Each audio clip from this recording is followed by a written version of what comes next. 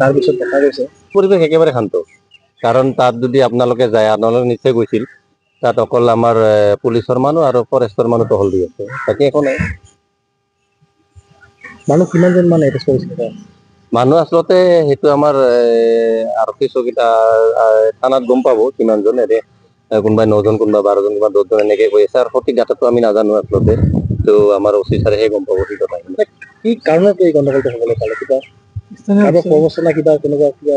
প্ৰবচনা থাকিব পাৰে, সেইটো নাথাকা বুলি ক'ব নোৱাৰি।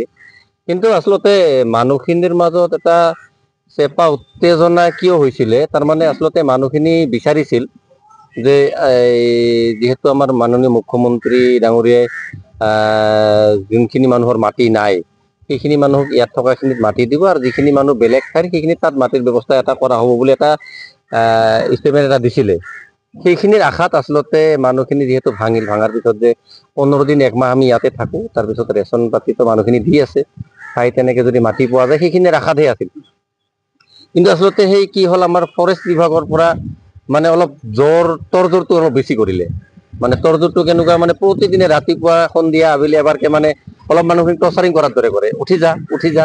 সেইটো এটা মানে দিশ মানে বুজায়, মানে সেই খঙতো থাকিব পাৰে, সেনেকুৱা আৰু কথাটো।